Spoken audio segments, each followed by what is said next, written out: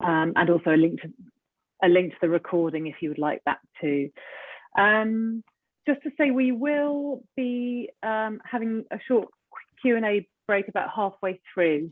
So Sarah's going to need a bit of a break. So she's going to present for a little while. We'll stop about halfway through, take some questions and answers.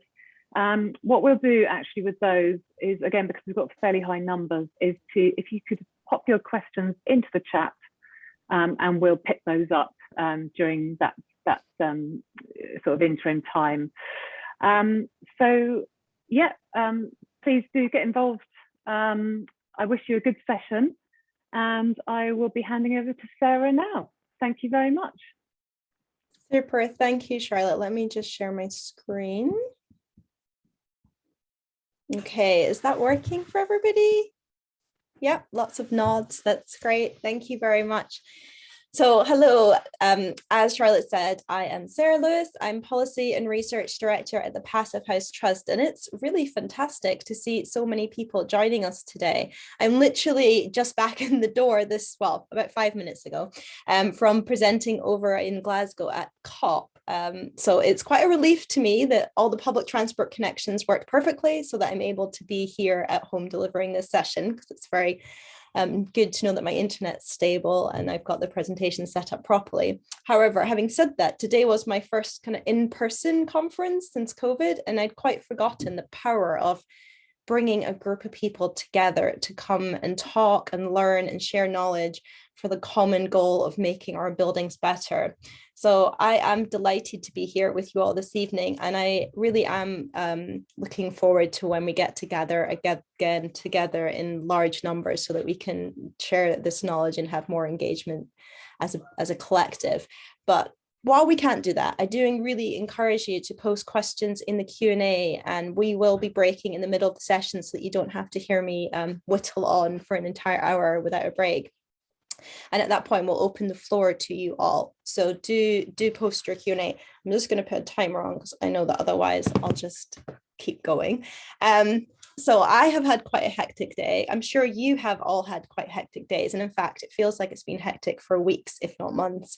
And sometimes I think we forget to take a moment as we rush from one event or from writing our emails into an event to properly arrive. So inspired by a presentation I attended led by Anushka, who's Director of Resilient Cities, I'm going to ask you all to just take a moment and close your eyes and reflect on why you are here.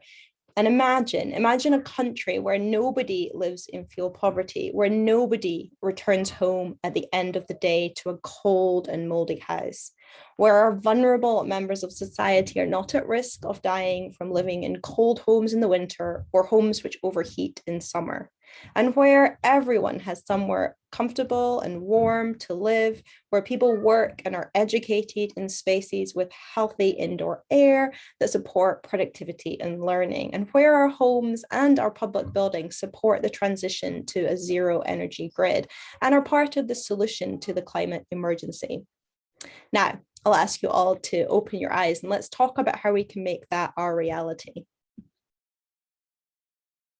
So at the Trust, to be able to support this transition to net zero, we are really keen to provide as much material and support as we can to those who are working in the built environment sector to deliver low energy buildings.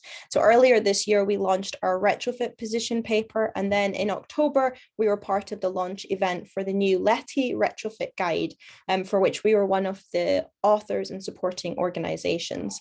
And if people aren't familiar with the LETI guides, they are really super guides. They've got ones for new build already around zero carbon, and this new one is based specifically on retrofit. So I put that up today because it's relevant to what we're talking about.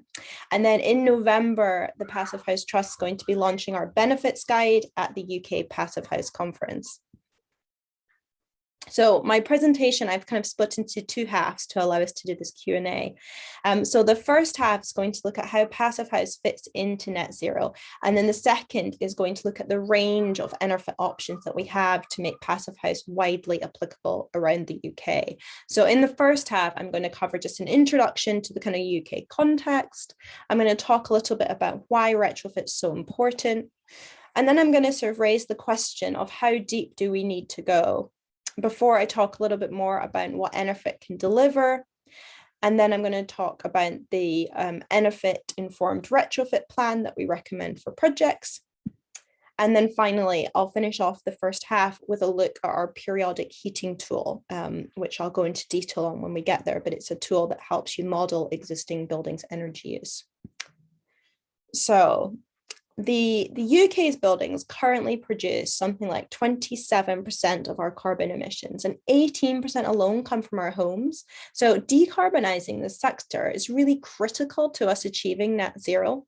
And whilst, of course, it's important to ensure that our new buildings are as efficient as possible, and for that, of course, we have the Passivhaus new build standard, our existing buildings are by far the biggest part of the problem. The UK has some of the oldest and least energy efficient housing stock in the whole of Europe, and 80% of the buildings that are going to be around in 2050 when we're net zero have already been built. So retrofitting those 28 million buildings is a huge challenge, and we therefore need to be realistic about what should and could be achieved.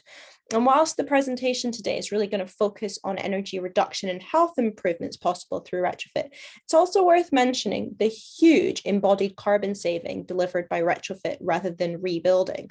So we must, of course, be responsible with our finite resources and always think retrofit first.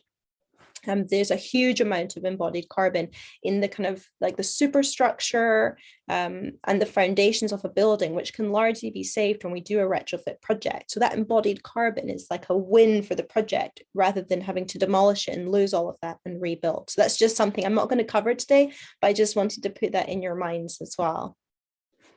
So we know that our energy grid in the UK is gradually decarbonising. So in time, there'll be very low emissions from buildings using that grid without actually significant energy efficiency improvements. However, of course, we quite often get presented with this argument using that logic that retrofitting our buildings is not really necessary to reach net zero, and we could just wait around for the grid to decarbonise. However, this could be quite a dangerous assumption without considering the bigger picture.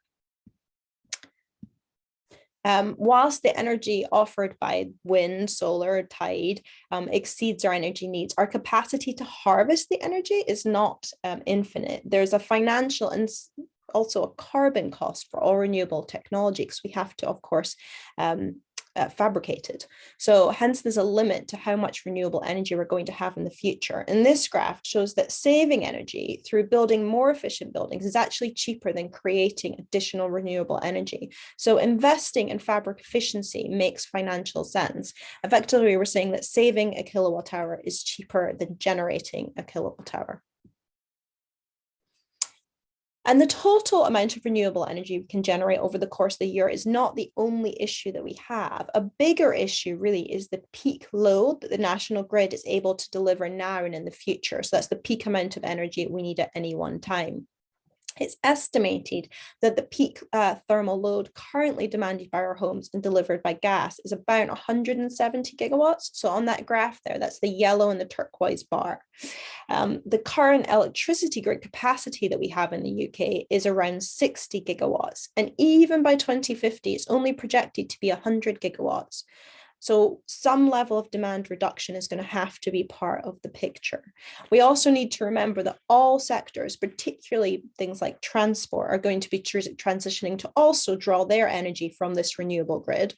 So our renewable energy sources need to be able to cater for all of their demands as well. So we do have to think about how much we really could allocate just to our building stock. And this graph's looking at two future peak load scenarios. The first is where existing homes are switched from gas to electricity without demand reduction through energy improvement works. And it results in an additional heating peak load of 15 kilowatts per home now to be delivered by the national grid at peak times. The existing homes, if they were to undergo a deep energy retrofit, that would reduce their demand at peak times significantly, resulting in a much lower additional peak heat load per home.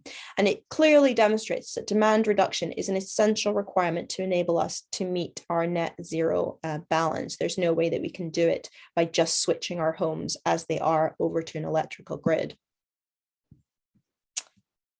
So let's move the little thing around a little bit there. So the question that we really have is, how far do we need to go? It's not really a straightforward question for us to answer. We've talked about carbon and we've talked about grid capacity, but what are some of the other factors that we have to consider? Retrofitting a heat pump into an existing building is by no means straightforward. Heating systems are designed to operate with gas boilers at the moment, so those work with high flow temperatures, and heat pumps generally work most efficiently at lower temperatures. So making a building suitable for a heat pump is therefore likely to involve some level of demand reduction, which sort of means in some way we're going to have to look at reducing heat loss through the fabric of the building, and also combine that with other measures such as increasing radiator sizes to enable like a greater heat distribution through the building that we're installing it into. So it's not a case of just stick the air source heat pump on and do nothing else. And then, as I've mentioned in the previous slides, it's more cost effective to save the energy than to generate it in the first place. And then poor quality homes can have a real detrimental impact on our health. Many of our existing dwellings are actually way too cold in winter, and often now and increasingly too hot in summer. And many suffer from poor indoor air quality. And these issues have a huge impact on our health and well-being. They affect in particular the very young and the elderly, and those with respiratory conditions, and also people with compromised immune systems. And the BRE have estimated that the poor housing in the UK costs the NHS about £1.4 billion every year. So we should think about whether that would be better to be spending more money on improving our existing stock to reduce the burden on the NHS. The Passivhaus Trust is going to be launching a benefits guide. I think we're going to be launching that at our UK Passivhaus conference at the end of November. I think it's the 25th of November and the 2nd of December. I think we might launch it on the 2nd of December. And it's going to go into the sort of whole health and well-being in a lot more detail. And then there are around 3.3 million homes in the UK who are in fuel poverty. And this is likely to increase due to the continuing energy market volatility, which we're seeing play out at the moment. And our efforts to achieve net zero shouldn't make this worse. Electricity is still much more expensive than gas. So getting the switch to net zero heating wrong could not only push more people into fuel poverty, but would discourage then any large-scale take-up of heat pumps in the public in general. So we have to be really careful about how we go about that. I was in Glasgow today doing this COP event, and as part of it, we were doing a tour of some Passivhaus Enerphit buildings. And the architect for this multi-story tower block, which had been retrofitted to the Enerphit standard in Glasgow, was saying that some of the residents, when they monitored the homes before the works had been done, some of the bedrooms and living rooms in those homes were not getting above 13 degrees over the winter, which is like staggering to think that that's the choice some people are having to make. So we have the opportunity to move people out of fuel poverty, and we should really make that a priority. And then finally, retrofit plans can, of course, be integrated into existing asset management plans, providing future added value for sort of large public sector clients. And this future value may be through occupant health, capital value, increased the capital value, the increase that you can see through doing the project, but also there's these wider social values that a project can bring. And the appraisal of social value, which is often sometimes referred to as public value, is based on the principles and ideas of welfare economics and concerns this kind of overall societal welfare efficiency, not simply economic market efficiency. REBA's recent 2021 Built Environment Report, I think that's the title, came out maybe a month ago now. And that highlighted the importance of this approach of moving away from decisions which are dominated by capital cost and understanding and adopting instead this kind of whole life costing model. And adopting these approaches can improve the quality of life of residents and people who occupy buildings. It also delivers, potentially can deliver more high quality homes. You can retain the cultural heritage and community ties rather than this kind of demolish and rebuild approach. which is obviously very carbon intensive and a very costly process to go through. And it disjoints communities when we have to decant and relocate residents.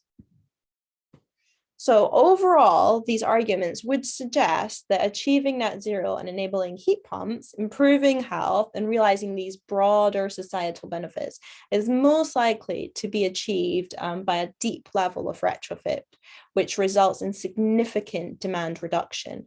The 75 and 30% values on this slide relate to the percentage reduction in space heating demand delivered by the retrofit. So deep would be a 75% reduction in space heat demand.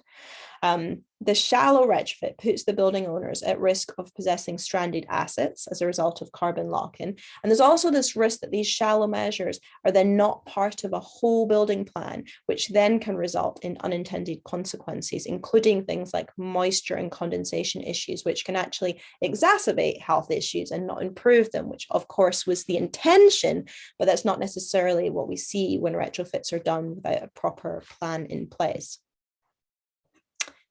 The space heating demand is this key passive house criterion, and it's a really good proxy for a building's fabric performance. The Passive House Trust actually worked with Letty when we were helping co-write the guide, which they just launched, to build a stock model of the UK's existing domestic buildings, which has been used to model the space heating demand profile of sort of UK's homes broken down by building form. And this model reveals that the average UK space heating demand is around, you can see it there on the graph, so it's around, I think you can see my pointer, like 120 to 130 kilowatt hours per meter squared per year. With a typical UK new build coming in down here about 85 kilowatt hours per meter squared per annum. And it's interesting to note that that our new homes will need to be retrofitted by 2050, but that's another presentation altogether. So I won't cover that today. But the Enerphit target is, where's my pointer? Here. The Enerphit target's down here, and that's at about 25 kilowatt hours per meter squared per annum. So for an average home to reach the Enerphit standard from where it is at the moment over here, you're looking at about an 80% reduction would be required for that. So this table and the one on the next slide are from our position paper, which you can download free from the Passive House Trust website.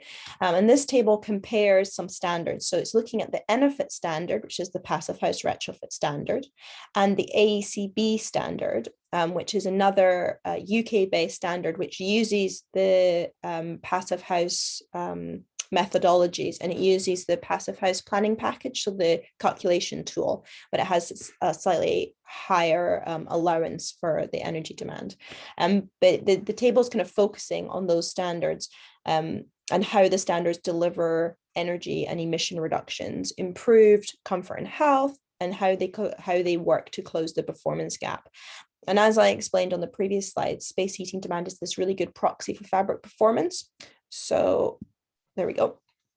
The Letty guidance, which has just been published, provides a limit for space heating of around 50 kilowatt hours per meter square per annum, but it gives an exemplar target of 25 kilowatt hours per meter square per annum. So you can see that the Passive House Enerphit level is sitting at that exemplar level. So we're not saying all buildings will get to this standard, but what we're saying is that they're exemplar projects should be setting 25 kilowatt hours per meter squared per annum as their target. And then the AECB standard provides a really good target for projects which are just aiming for the Letty compliance. So it's nice that the Letty guide reinforces those values. But as I said, we must recognize that it's unlikely that any retrofit program is going to reach all of the UK's 20 million existing homes by 2050. So there will therefore remain this cohort of buildings with very poor fabric performance, likely to be things like hard to treat properties like historic buildings. So those are going to need to be compensated for by buildings which are able to reduce their demand down to that exemplar Enerphit level. So Enerphit very much is our exemplar target. The performance gap in new build homes is well documented, and a conservative estimate of its size is around about 60% additional space heating demand. And if anything, the retrofit performance gap is likely to be even more significant, as all the same root causes are there, but there's even less regulation. So the passive house approach in new builds and in Enerphit projects has been shown to effectively close the performance gap using this combination of very rigorous design, demanding criteria, and also this independent certification process, which is really the critical element of the Enerphit standard, which sets it apart from other standards, the independent certification. It's a little unfair to have LETI on this table, actually, because the LETI is simply offering guidance to support a good level of retrofit, but I've included it just to show that having guidance alone is not enough. And for this reason, LETI strongly recommends that a recognized retrofit standard and quality assurance process is used alongside their guidance. So I'm not going to spend too much time on this slide, but please do take time to interrogate that in our paper. This table is acknowledging that all approaches to retrofit require some augmentation to deliver really robust solutions addressing all of the potential possible unintended consequences that come from doing a deep energy retrofit. And we're going to be covering each of these in more detail during our masterclasses that the Passivhaus Trust will be doing starting in December this year. The AECB also run a carbon light retrofit course, which has been developed specifically for the UK. And this can be applied to all approaches discussed in this presentation and in the LETI document. And it provides really valuable tools to avoid or manage unintended consequences. And this course is recognized by the Passivhaus International Institute. So as the previous slide, the LETI standard really needs to be used alongside other recognized standards and quality assurance processes. And it should be said that both the AECB and the Enerphit approach work well with the PAS 2035 processes and protocols, but these are setting very specific energy targets which can be used alongside that. So achieving the full range of desired outcomes and their associated benefits is clearly essential, and anything less is a complete missed opportunity. We don't have time to retrofit our buildings twice. It's going to be hard enough to do it once, so we need to get it right first time. So taking all these factors into consideration, the Passivhaus Trust recommends that we have an Enerphit informed retrofit plan created for all retrofit projects. So this would create a whole building retrofit plan that can form part of the PAS 2035 process if you're doing a project which is complying with that, that allows the retrofit to benefit from the distinct advantages that the Enerphit methodology provides, which includes modeling the existing building in the Passivhaus software, so that's called the PHPP, to provide detailed calculations of the existing building fabric performance. And it also then provides a really good base from where you can kind of test different various upgrade options, including a range of energy performance targets. And then you can test that as part of a kind of options evaluation process. So creating that model gives you a really good platform to start your project. So where projects adopt the full Enerphit standard, they're also going to be benefiting from the performance assurance provided by the Enerphit certification process. So that's the elimination really of the performance gap. So this is the final bit for this half. So this is just introducing the periodic heating tool. So we launched this in September, and this is going to make most sense to people who are already using the PHPP, which is the Passivhaus Planning Package, but I'll cover it in a way that hopefully everybody can follow along. So the Passivhaus Planning Package, the PHPP, has been shown to be this really accurate and effective tool for modeling energy use in low energy buildings. However, our existing buildings, which have a relatively poor fabric performance and therefore utilize this kind of intermittent heating pattern that we're all quite used to, it doesn't work as well because it assumes a constant internal temperature. Without any temperature adjustment for unheated periods, because in a passive house, you just have a lovely consistent 20-degree temperature. So the problem that we have is determining what we should adjust the internal temperature to in our PHPP file, as it's going to depend on the building's fabric performance and also the time that the heating system is switched on.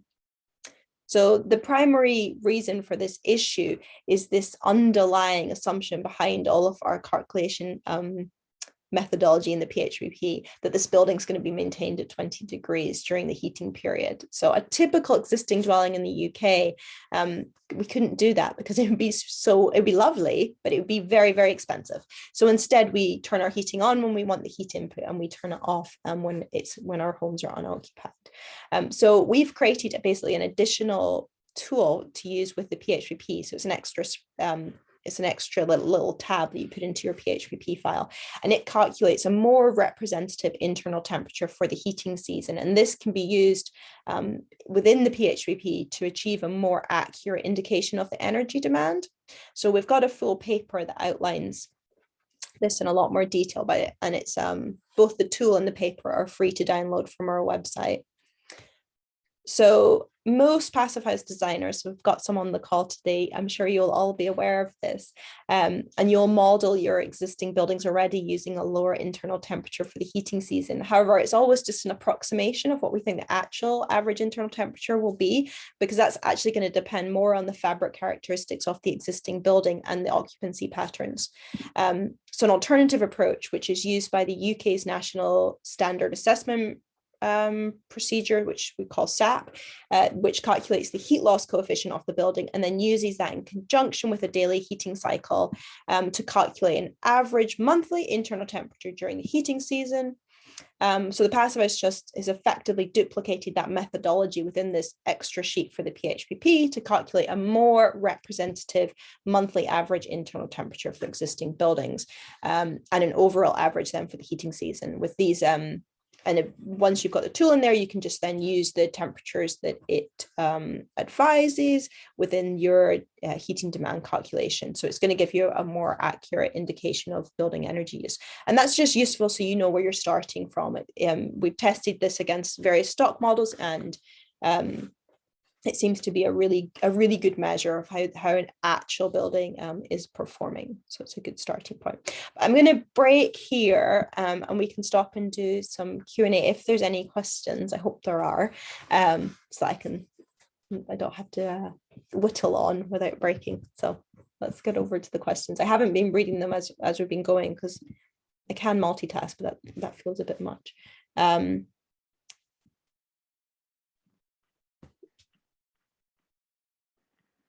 Do you want me to pick some up for you, Sarah? Yeah. Maybe that's easiest, because otherwise I'll be reading. Can you see? Yes. So Rory's saying, is there likely to be a VAT reduction to encourage retrofit approaches rather than new build? I would say that would be a no-brainer. Rory, that's a great idea. Why do we not have that? Yeah, I mean, I'm sitting here in my 1950s end terraced house, which we completed a retrofit to the Enerphit standard off just this year, and we paid 20% VAT on everything. So at the moment you get we would have got a VAT reduction should we have knocked the house down and rebuilt it, but no, not when you're upgrading it at the moment. But the AHA runs a really good retrofit first campaign when they've been campaigning for that VAT reduction for retrofit works, and I feel like it must be just about to happen, but I think that all the time and it keeps not happening. So yeah, absolutely. I'm very much hopeful, same as you. I think we all need to just keep a watch on that, and if anyone's heard anything, do pipe up, let us know. Okay, so a sort of comment from Philip. So far, it seems that all the emphasis is on converting heat to heat pumps. The great bulk of the UK's existing 29 million homes, i.e. from today's minuscule number of installed heat pumps to 1 million a year. But where and when and what happens to the gas grid to keep it healthy, safe and functioning in the meantime and right up to 2050? And why on earth not convert at least parts of it to supplying hydrogen? I've seen some great presentations about hydrogen, and I'm not, I wouldn't say I'm an expert on this, but from my understanding, we have to use electricity to make the hydrogen in the first place. So it's not as efficient You can get as far as I understand it, you can get like a higher grade heat out the hydrogen than you tend to with the air source heat pumps. But that shouldn't necessarily be going into our buildings. We've got all these other sectors which need to decarbonize too. So we've got aviation, transport, industry. So I think where we can use lower grade heat from better renewable sources like air source heat pumps, ground source heat pumps, that to me feels like it makes a lot more sense, rather than using electricity with the losses that are associated to convert into hydrogen. Just yeah. And I'm still to see any evidence of how that would be rolled out at scale and timescales. It feels like my concern is that from those slides I showed, I think I had them at the beginning of this presentation. Now I'm confused with I didn't actually put them up. I'll maybe look them out if we've got time at the end. From the presentation I gave earlier today, where you can see that there's basically a complete flat line in terms of our in the last decade. So the graph that we've put together was for the last decade, and you can see that the building greenhouse gas emissions from our building stock is almost a complete flat line. So we can't just say, you know what, there's a magic bullet waiting around the corner, let's not decarbonize, let's just wait for that. It feels to me like we have to act now, and waiting around for technology feels like a wasted opportunity. It's like we've got tools to do something about it, so we should crack on. Yeah, interesting point. Okay, and Kerry's saying, is the retrofit plan used if the work is to be done in one hit or only for phased implementation? That was the retrofit plan that you talked about earlier. Yep, so I'll do that in the second half of the presentation. So you've set that up nicely, Kerry, thank you. Great stuff. And Richard's asking, what's the average cost of certification for Enerphit? Oh, certification cost, that's a good question. That's not usually the question we get asked. I normally get asked how much it costs to do the whole project. I don't know if I can give you an answer to that because I'm not sure. It ranges incredibly because it depends on if you're doing a multi-story tower block like the ones I went to see today, where you've got 100 residents, it's 100 flat blocks, or 3 big blocks, would be completely different price from like an individual domestic home. If it's a one-off house, it's very different from if you're doing a statewide thing with maybe 8 house types across 2,000 homes. So it would vary. I think it's too wide for me to probably give an indication. Mick's asking, is the periodic heating tool just for just the estimation of current usage, or does it still apply after a retrofit? After the retrofit, you can remove the periodic heating tool, because after the retrofit, as I can demonstrate here, if you were in my house, which you're not, but I can tell you, you can have a consistent 20-degree temperature. So, I mean, I'm up in Scotland, just east of Edinburgh. We turned our heating on for the first time this week, when the temperature dipped below 20 degrees for the first time this year. Well, since last winter. So yeah, once you've done the Enerphit work, you can maintain the 20-degree temperature with very, very minimal heat input. Sounds wonderful. Yeah. Have we got time for a few more now, or do you want to come back to some later? Let's come back to them later, because I think Kerry's question was quite good and it sort of sets us up for the next section. So let's keep going. I'll put a timer back on. So that's great. But do keep popping your questions in, everyone. It's really interesting to have your viewpoints and raise some interesting questions as well. So thank you. Over to you, Sarah. Thank you. Thanks, Charlotte. Okay, so this second half of the presentation, I'm going to talk about how the Enerphit can be used as a single stage heat demand method, which is like a one-off retrofit, or you can do this component approach. So with the main Passivhaus standard, the main criteria for the Passivhaus standard is that the building can't use more than 15 kilowatt hours per meter squared per annum. So it's a space heat demand limit. And there's an Enerphit version of that, which is the 25 kilowatt hours per meter squared per annum, which I mentioned. But there's also an alternative approach, which is a component approach. So instead of aiming for a space heat demand target, you're upgrading components of the building to fabric performance levels. And I'll explain why you would do that as an alternative when we get to that slide.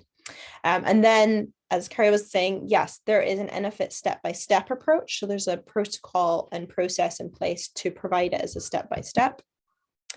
And then we have our recommended approach for all retrofit projects, and then just some final thoughts I will end on. So let me just minimize all the questions because it's taking up a big part of the screen. There we go. So this slide I find kind of terrifying and very exciting in about equal measure. On my more pessimistic days, the knowledge of the sheer quantity of retrofits required to get through all 28 million homes is almost paralyzing.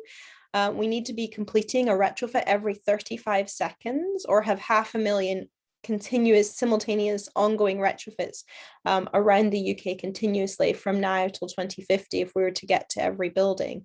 But then the optimist in me sees this huge opportunity that brings. It brings growth in the retrofit industry to deliver all these projects, and just the absolute monumental positive impact it would have on the lives of the people in the UK.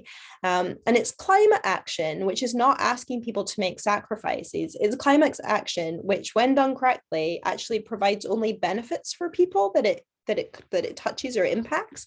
I saw one of the articles on the front page of the BBC today was like, survey says people do not want to change habits to address the climate crisis. Like, people are not willing to. And I thought, well, you know what? In this case, they wouldn't have to. That building performance upgrades and building more efficient buildings is a win-win because it delivers on our climate pledges and it doesn't require any sacrifice. If anything, it just makes our lives better and more convenient. So that feels like we should definitely be doing it. Surely everybody would sign up.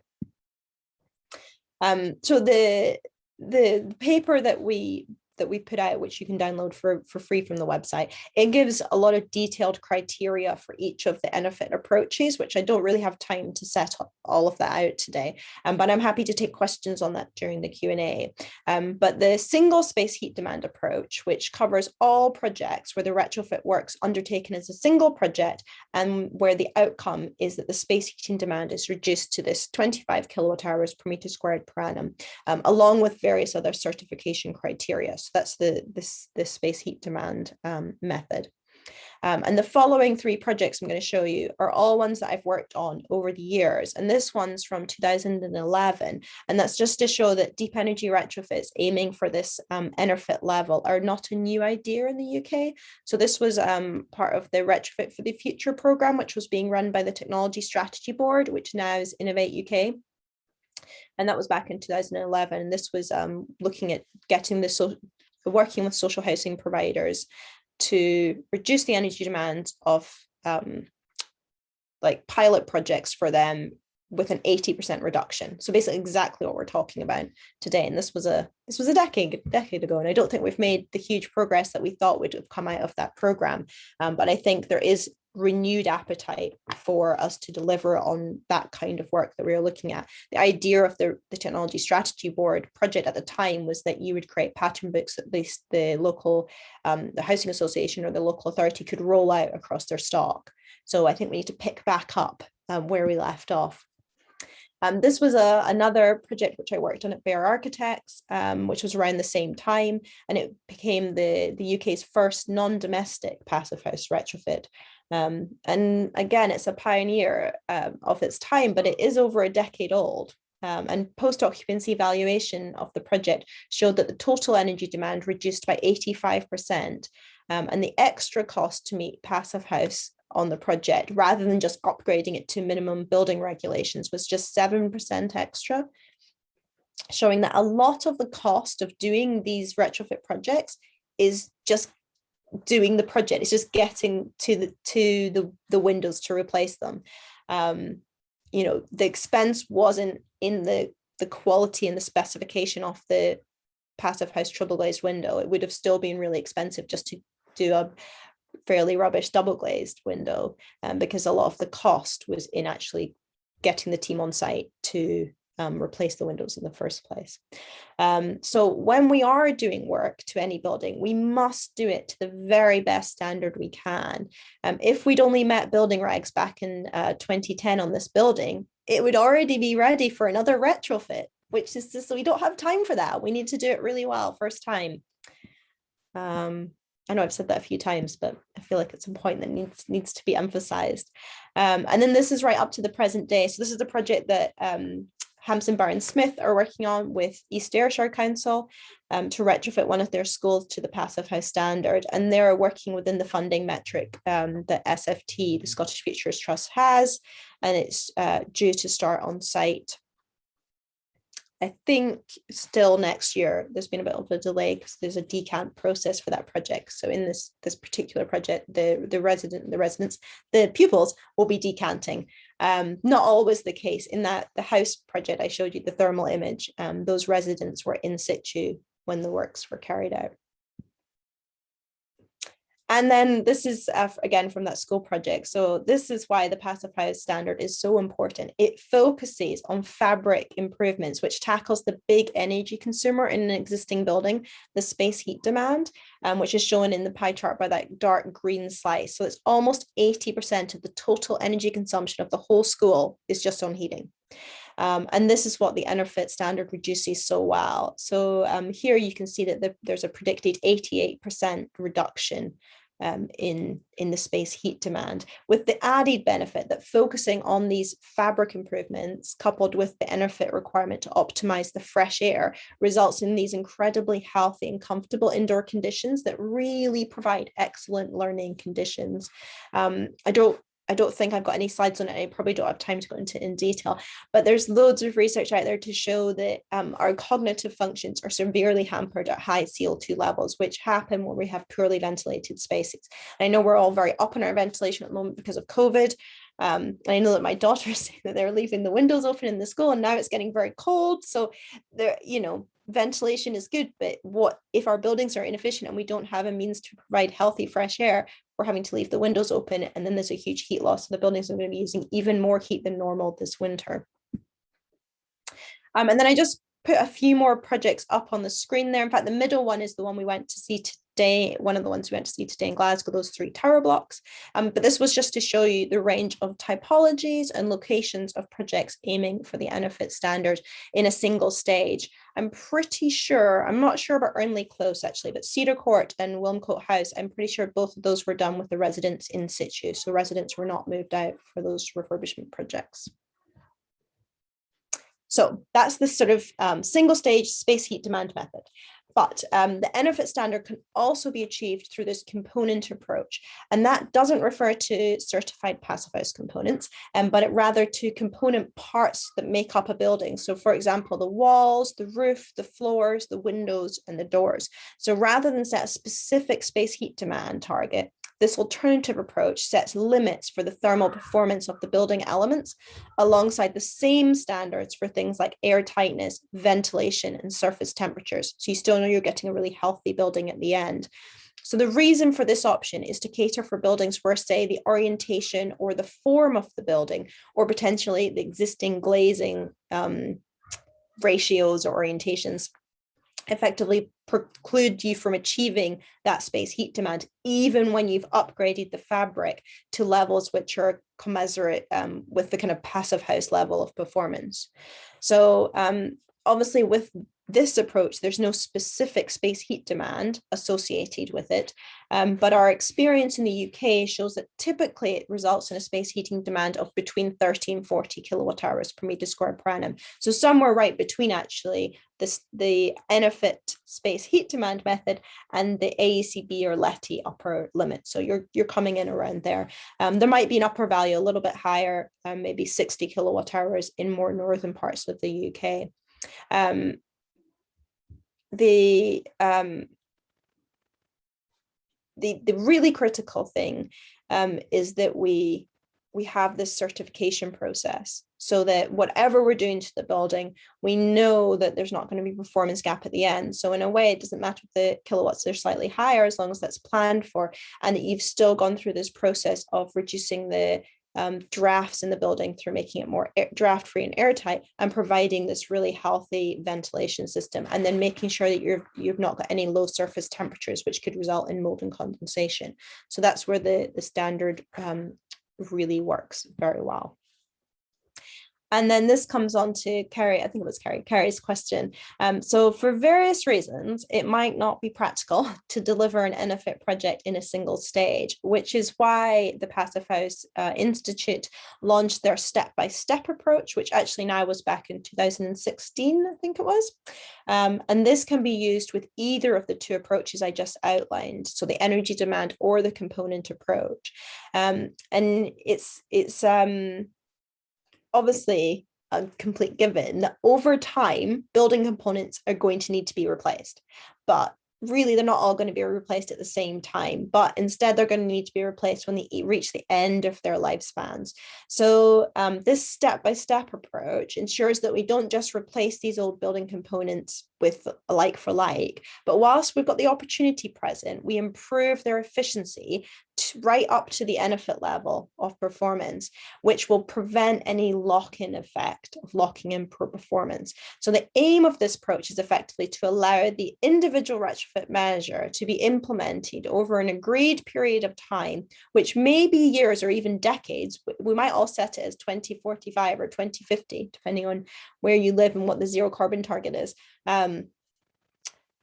Or you might set it earlier. So you might have a different target. If you're working in a local authority and you have an earlier target, you might have that as the endpoint for your buildings, but you can set it to whatever you want. And for this approach to be fully successful, a full overview of the project needs to happen at the start. And then you follow that step-by-step process all the way through to completion of the project, which not only ensures kind of high levels of energy efficiency are achieved, but it also helps to keep costs to a minimum. So you're not doing any abortive work. Each step kind of gets the building ready for the next one. And it also really helps to work towards avoiding unintended consequences, which would be, for example, doing lots of insulation work to a building with all the draft proofing that would happen at that point, but not improving the ventilation system. So the plan would flag up where you needed to join up your thinking. So it's like, when you do this measure, oh, you also need to do this measure. So that's kind of part of how that plan gets set out. And when you do your first measure, which could be as little as replacing a front door, you would do your certification of all the steps. So you'd get step one certified, and then all the other steps would then be locked in for what you would be planning to do in the future. So the term lock-in is used to refer to this sort of increasing issue of this moderate level of performance improvement being done to buildings as kind of retrofit projects, because once these have taken place, it would clearly be very unsustainable, very uneconomical, not very practical to then change that measure again. So it basically leads to these buildings performing to a substandard level. And we're talking about not just today, but really for the next 20, 30, 40, 50 years until it's reasonable to replace them again. So we really need to be future-proofing energy efficient levels now. So we need to be making sure that we're working to our zero carbon targets. So we're basically seeing an Enerphit retrofit as a route to getting a zero carbon ready building. So the certification, as I said, needs to be happening really before any retrofit measures. It used to have started before any retrofit measures have been carried out. And then you get your certificate on the first measure. So from this point on, all the retrofit measures then are planned within the Enerphit retrofit plan. So this is an example of the scheduler from within the Excel tool that the PHPP is. And by carrying out this process, you get to assist in defining the level of energy efficiency required for all the steps during the retrofit. And then each step of the retrofit must be carried out in a manner, as I was saying, that prevents any measures which would prove harmful to the occupants or the structure. So that's where I was saying about improving air tightness and then linking in the MBA chart. So the Passivhaus Planning Package is used to model the plan, which ensures quality control at each stage of the retrofit. And then this plan would stay with the building as an effective passport as each stage was carried out. So hopefully I've shown here that there's this wide range of approaches to Enerphit certification that means that the standard really is widely applicable to most, if not all, UK retrofit projects. So this flowchart is included within the Passivhaus Trust retrofit paper, which again, I mentioned you can download for free. I'll grab it in a bit and pop it in the chat. So all retrofits, regardless of what you're aiming for. So our idea is that everybody could use this process, actually. You don't have to end up with the Enerphit certified building. So all retrofits need to start by modeling and by investigating and then modeling the existing building. Findings from this work can then be used to create this Enerphit retrofit plan, which should include an appraisal of social value and whole life costing, which we think is really important. And if the outcome of that work shows that the client can support a single stage Enerphit, then it's full steam ahead for those projects. And then for those projects that can't achieve it in a single stage, one step at a time might just be the answer. So in that case, you would create this step-by-step Enerphit project over many years. And if the heat demand method doesn't seem like it would be achievable for the building because of the existing parameters that the building has, as I mentioned, the orientation or the form or the glazing, or maybe because you've got to use more internal insulation for historic reasons, then the component Enerphit approach could be used. And again, this can be a single one-off project, or it could be phased, so a step-by-step phased project. And finally, if none of the Enerphit approaches can be delivered, then we recommend that an alternative standard such as the AECB standard or complying with the LETI guidance with a sort of appropriate bolt-on criteria and QA to help eliminate the performance gap and also to address the unintended consequences. We are currently finalizing some graphic primers for both the Passivhaus retrofit work that I've been presenting today, but also for our zero carbon work to make all of this research and these issues more accessible and approachable. So those should be out possibly at the conference, maybe before, maybe slightly after. And then in November, we're going to be launching our benefits guide, which is it's a very wide ranging piece of work looking at all the co-benefits of Passivhaus and Enerphit buildings. And then finally, our main research topic for next year is going to be retrofit costs, which we've recently started with Faithful and Gold. So that's an ongoing bit of work. So let's no longer see this as the unsurmountable challenge, but let's see it as an opportunity to do much better. I think with COP, it's all in our minds that we've got to do better for our planet, for our kids, and for each other. So let's not waste any more time, and technology is not going to provide a magic bullet. We do need to start the hard work today. And I'm going to leave you with my own personal plea before we move on to the Q&A for my two young girls and for the youth climate movement, which has been reported that there's rapidly rising climate anxiety among our children. Some 60%, I read, of 16 to 25-year-olds say they feel very worried or extremely worried about climate change.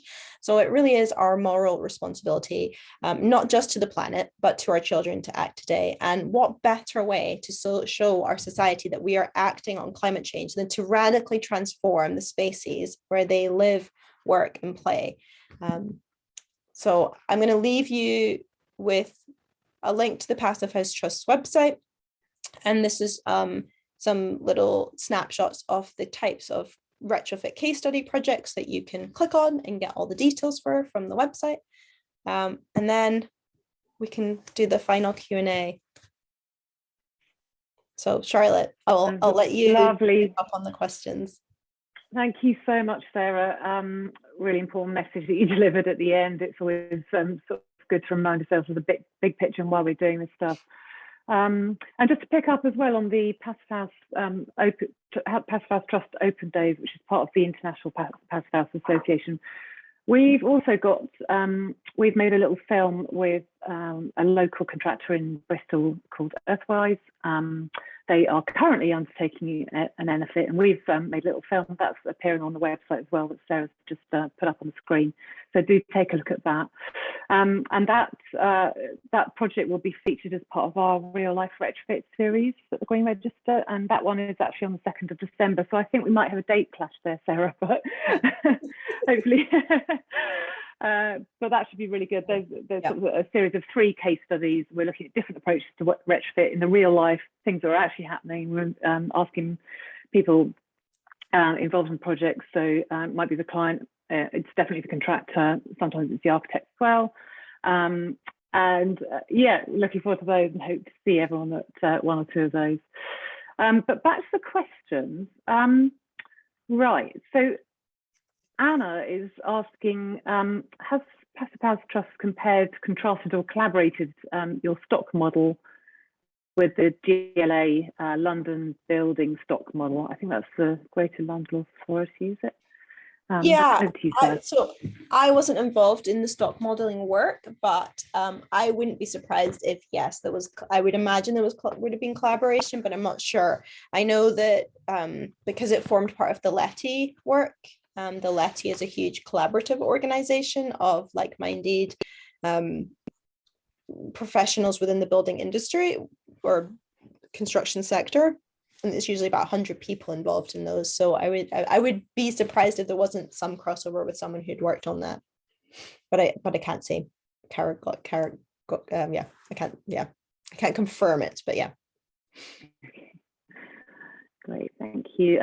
Mick's asking, will we definitely need MVHR, so mechanical ventilation with heat recovery after a retrofit, or could we use PIV or similar? So I think that's positive input ventilation.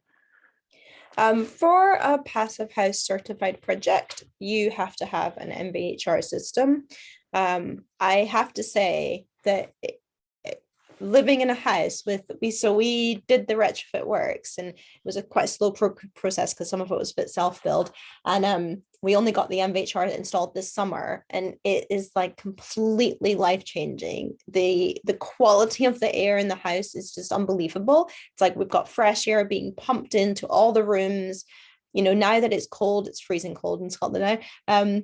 We have no reason to open our windows. We've got this constant fresh air. Before we did the work, we had we still had some of the old windows and things in, and we were using the trickle vents, and we were leaving windows cracked at night. And even then, we couldn't get the bedrooms to stay below 2,000 parts per million, the CO2 levels. We put monitoring into the house. And then since putting in the MVHR unit, even in the bedrooms at night, the levels, I'd have to pull up the graph, but they're not, they don't go above kind of 600 or 700 parts per million. It's amazing. It's just it just feels like an incredibly healthy environment to be in. And we get no condensation or mold in the bathrooms. I can put the kids' clothes for school through the washing machine, chuck them up on the clothes horse at night, and they're dry in the morning because the house is not damp. It's I think that MVHR it just makes so much sense. And they work at about 90% efficiency. So you're chucking away heat, and you're not having to bring in any cold air. The air that's coming into the building is pre-warmed. So all that fresh air is being pumped in, and it's basically the same temperature as the air temperature in the house. So it's just so good. And you do have to have it in a retrofit that's Enerphit certified. It's good to hear a real life experience there as well. It's nice to know how it kind of feels as a homeowner to have an MVHR system. Yeah, I mean, everyone always comments on how quiet the house is. I mean, I feel like they must just be hearing the children or having like a moment of quiet, because it's not always quiet. But if people comment on how the building feels quiet, and I think what they're really referring to is just the lack of outside noise, which is really important as well, because a lot of people live in very built up areas, and the idea that you just close everything down, it's pretty much silence, very appealing to people. A question here, please explain again the HLC used for more accurate modelling of heat usage in existing houses.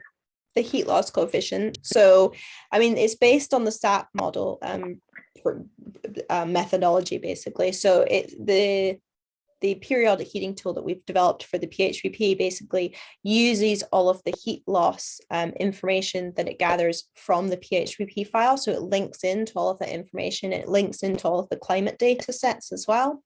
And that's how it basically comes up with an estimated internal temperature. And there's a little section where you fill in the heating profile. So when the residents would be turning on the heating, when they'd be turning it off, and it works it out, and it's shown to be very accurate.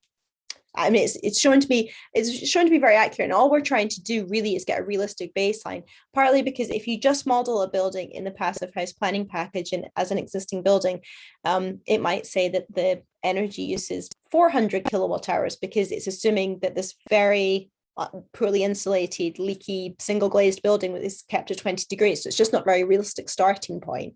So if you're trying to tell the clients about a reduction in energy demand, you want to be starting from a realistic starting point, which might be that the house actually is quite cold and it doesn't get above, 14 degrees, but it's better than the first bit of the energy saving work, it actually is just getting them up to reasonable temperature. So it makes it, it just gives us a lot more information about how the existing building's performing. Thank you, Sarah. Aaron's asking, do I need an accreditation to use PHPP or Enerphit? I'm a domestic and commercial energy assessor and I'd like to develop my work in this area. Yeah, no. So you need to have a license to use the PHPP. I off the top of my head, it's like I don't know, £100, £200. It's not a huge amount of money to get the software, which comes with the manual, and then you can use that. Nobody has to be certified to be able to do that. You don't have to be certified to design an Enerphit or a Passivhaus, but you can be. So the Passivhaus Institute has certification for designers and consultants, which you can get certified either by doing a building, which is then certified and using that as a case study, or you can go through a course, which are run by various different groups in the UK. There's, I think BRE run one, I think Strathclyde maybe have started running those again, and the Warm Carbon Light courses, which I'm one of the trainers for, so I work with them on that program. And that's a 2-week course pre-COVID. Now that we have online learning, it's a series of half-day sessions which run over kind of a month to get certified. And it's really good to do one of the courses because you gain all the knowledge from all these professionals who have been working on Passivhaus projects for the last decade or so, without having to go through all the same struggles and learning. And so I really recommend the courses, but you don't have to have gone on a course, but it is useful. Plus getting to grips with a new tool is always tricky. So it's kind of nice to be doing it with a group of people and with some trainers to help you out. So you don't have to be certified, but it's good. And similarly, there's certification now for contractors, but contractors don't have to be certified to build a Passivhaus, but there is training, and it just shows that they've gone through a certain level of like proficiency and learning, so that they're bringing those skills to a project. Yeah, worth keeping an eye on our website. We work with Warm quite a lot to deliver some of those trainings and so on. So they come up quite regularly. Yep. Right. So Peter is saying, are there minimum U values and an air tightness that need to be achieved to install air source heat pumps and make them efficient without costing a lot to run? There's a lot more that goes into retrofit, but are there some minimums to aim for to keep energy costs low when looking to install air source heat pumps? That's a good question. Very topical. A really good question. Yeah, it's a really good question. And it's actually something that now that we've done the position paper, some of our technical steering group that we have at the Trust, we're actually saying that is guidance that we think that we should look into. So it's not, we haven't looked specifically. What we've been focusing on is Enerphit because it's the Passivhaus standard, but actually is there guidance we can provide for what a good light retrofit to support an air source heat pump would be? So I can't tell you what that would be, but I think it's definitely something that we're looking at. I mean, the main thing we want to make sure that whatever the retrofit project level is, that it's done in such a way that makes a comfy, healthy environment for the residents. So it's just making sure that if it's something that's not going for a full certified or full Enerphit level, that we're making sure that we're not introducing these unintended consequences. So making sure that when you insulate, that you're not making it so draft free that you're not doing your ventilation and those things. So yeah, I think it's a future piece of work though. I think you're right that someone needs to write it. Definitely, totally agree with that. There's quite a few really interesting comments here, but I'm just going to pull out the questions for now. And if we have time, maybe we can come back to the comments, or perhaps you'd like to read them at a later stage, Sarah. But Oliver's asking, can you explain the new role of PAS 2035 retrofit coordinator? What benefits does this bring? So not being a PAS 2035 retrofit coordinator, I've not gone on the course, so I can't actually tell you in detail about PAS 2035. But what I can tell you is that the PAS 2035 is a process. It came out of a review that showed that a lot of the retrofit work that had been done previously was not a very joined up or holistic, and there were these issues with performance. So the PAS 2035 was brought in to create a process to help address and reduce the issue around the unintended consequences. And the retrofit coordinator role is a role for someone who basically manages the process of the retrofit. That's my understanding. So that's why it can be used with any standard.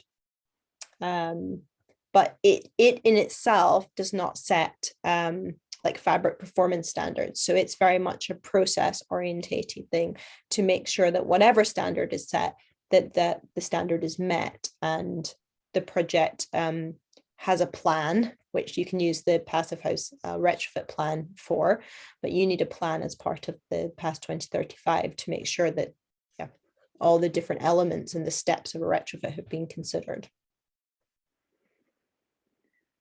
But there's people who know a lot more about PAS. There's probably people on this call who know more about PAS 2035 than I do. Well, feel free to pop any comments if you can offer any further information. You're all welcome to comment on that. Thank you, Sarah. Treehouse, I like your name. A really good question as well. Do you think that there would be sufficient materials for all these projects? That is an issue right now. Supply chains are a problem at the moment. I don't know the answer to that. I mean, we're certainly finding that contractors are having to change what they're installing in projects because sometimes their supply chains are not able to deliver what's specified.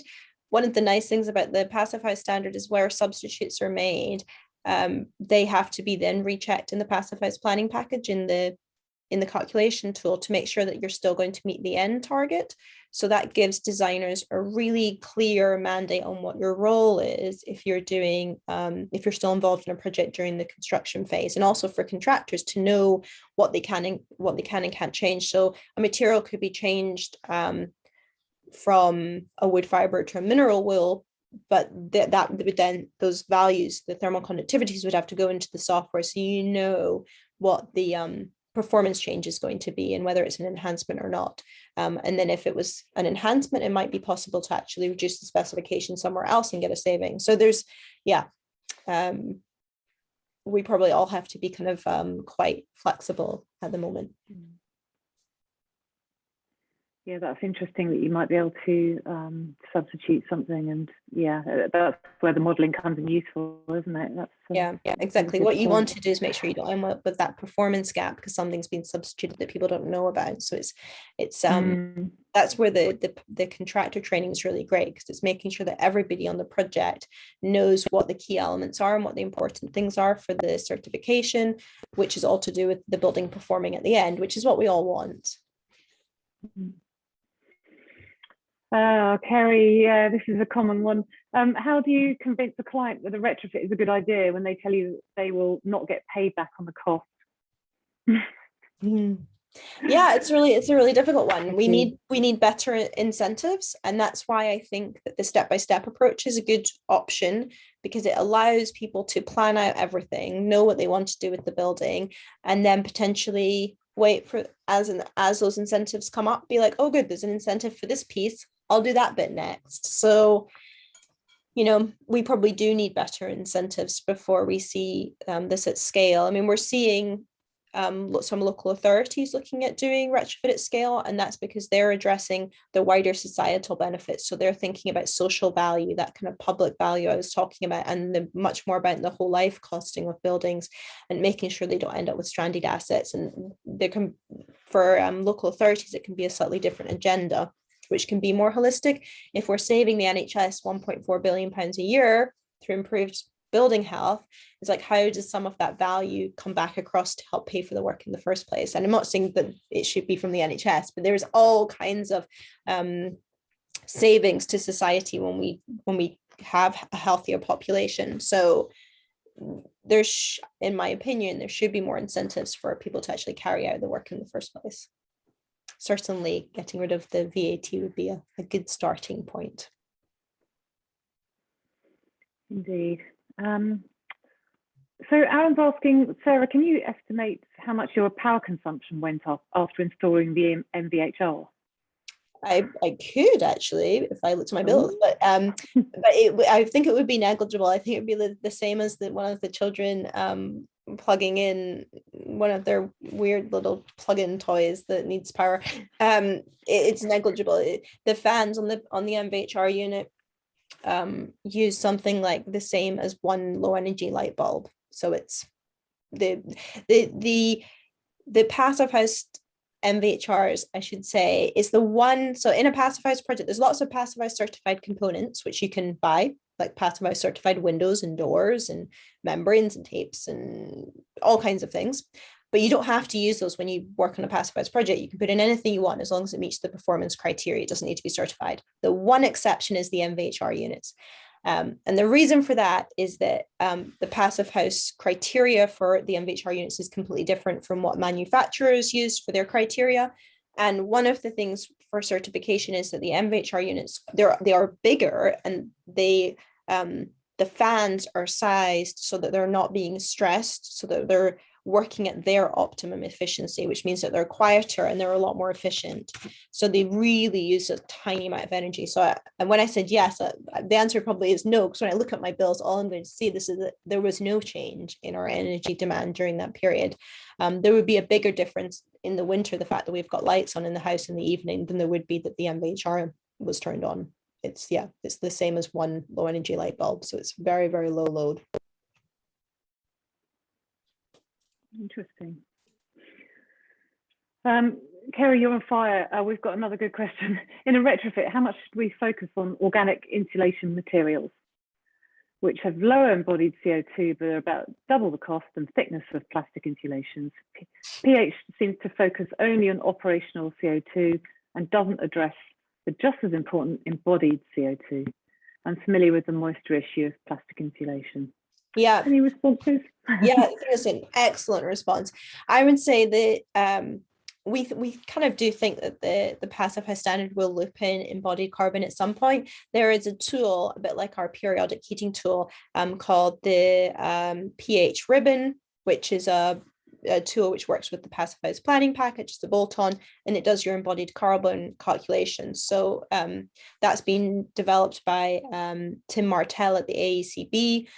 Tim's really great. The tool's really great, and I recommend people use it on projects. I think embodied carbon is very, very important, and in fact, the lower your operational carbon gets, when you look at your whole life carbon, the bigger the portion of the pie is for the embodied. Because once you're operational, if the operational used to be the big section, once you reduce it down to a very small amount, what's the rest of the overall pie's got much smaller, but as a percentage, your embodied's a bigger size. So it is something we have to think about. I mean, certainly when we were doing the work in our house, wherever there's a few thermal bridge points, there's one where we've got an old chimney that's literally just out of camera shot just here.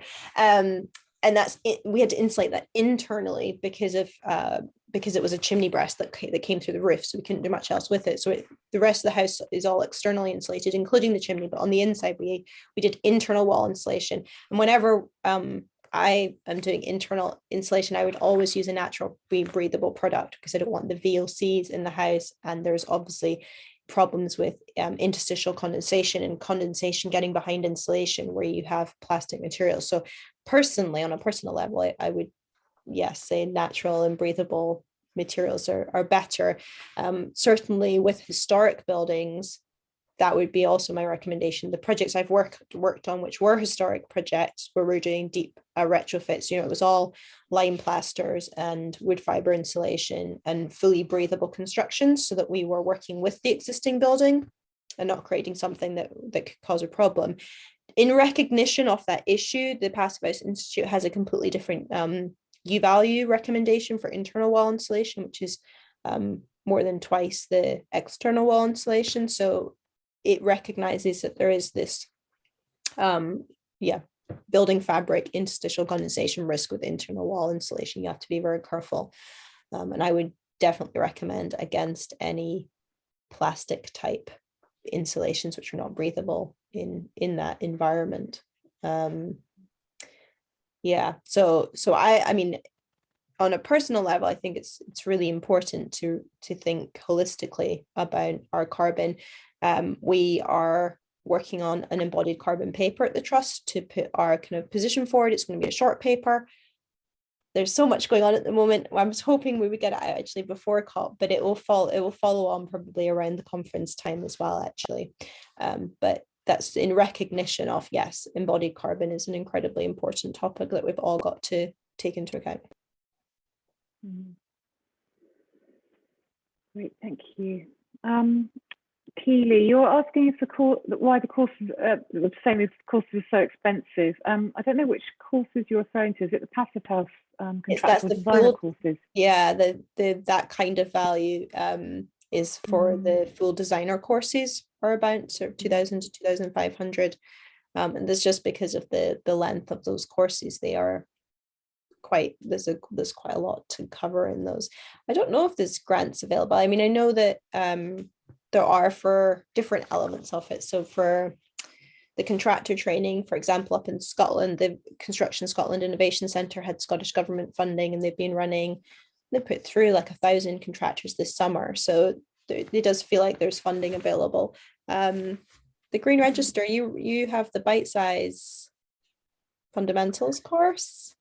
Yeah, we run various things, and I'm always on the lookout for sort of grants for sole traders, because I know sometimes it's really difficult to to get onto those things and get the qualifications you want and need to progress your business. So if I hear of anything, I'll absolutely let you know. I don't know of anything at the moment though. Di, you're asking, can we look for certified contractors in our area from your records? Is that from Passivhaus Trust records or Green Register? It might be both, actually. Sarah, do you have? Yeah, we certainly have a register of certified contractors. I'm pretty sure that's up on our website. You can also go to the International Passivhaus Institute and search by type. So you can search contractors and by location. So there's probably various places that certified contractors are kind of registered. Oh, Debbie, that's a good question. How do you ensure that retrofit measures done as one-off projects are correctly installed with a view to full Enerphit at some time in the future, possibly by the next owner of the building? So the way the step-by-step works is that each step you kind of get certified. So you would submit details as you go through the process. So in the same way that you would for full retrofit, which you do all at the end. So you can submit details. So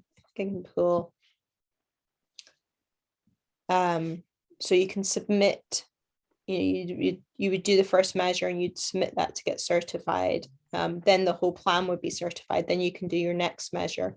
And then you get the final certificate at the end. So every single step doesn't have to be certified, but the first step does with the plan, which sets everything out. And then to get the final certificate, you would have had to have documented each of the steps that went through. So it's difficult to, it's always difficult. The main difficulty in building performance, why we have this huge performance gap, is things not being done properly. So it's a lack of quality control through the design process and through the construction process. And the way that the Passivhaus standards target that is to make you have to have this certification of the design, which happens when you've got your retrofit plan, which you get your first certificate when you do that first measure. So then that's giving you the quality control on the design side to say, yes, this has been properly designed and it could be certified as a retrofit if you carry out these measures. And then to be able to get the final certificate, you have to have documented those steps and those processes that you went through. Yeah, from talking to Earthwise, the contractor, the local contractor that I mentioned earlier, who are currently doing the Enerphit project, there's quite a lot of documentation. It's quite rigorous, and you know, the whole team needs to kind of be on board with that and involved, and the communication has to be pretty good. So it's, you know, it's great. Yeah, it's, you know, it's a really rigorous standard as far as I can see. I think we've kind of come to the end of the questions now. There's some really interesting comments and also some useful answers to some of the questions that came up. So do have a look at the chat, and we will actually send you through the chat as well. And I guess we need to wind down the session, but if anyone does have any questions that they haven't put in chat and would like to just switch on their mic and ask a question, please do. Got a few minutes.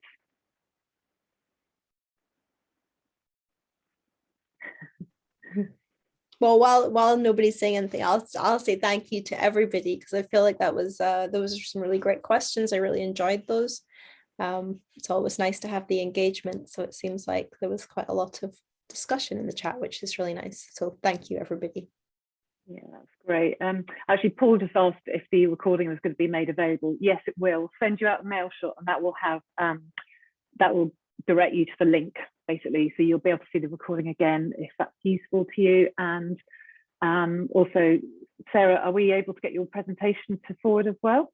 Yep. That'd be okay. Fantastic. Oh, Elaine's probably got it already. She's already got it, because I sent it as a backup just in case I couldn't make it and I was having to do the audio en route. Very organised. Thank you so much.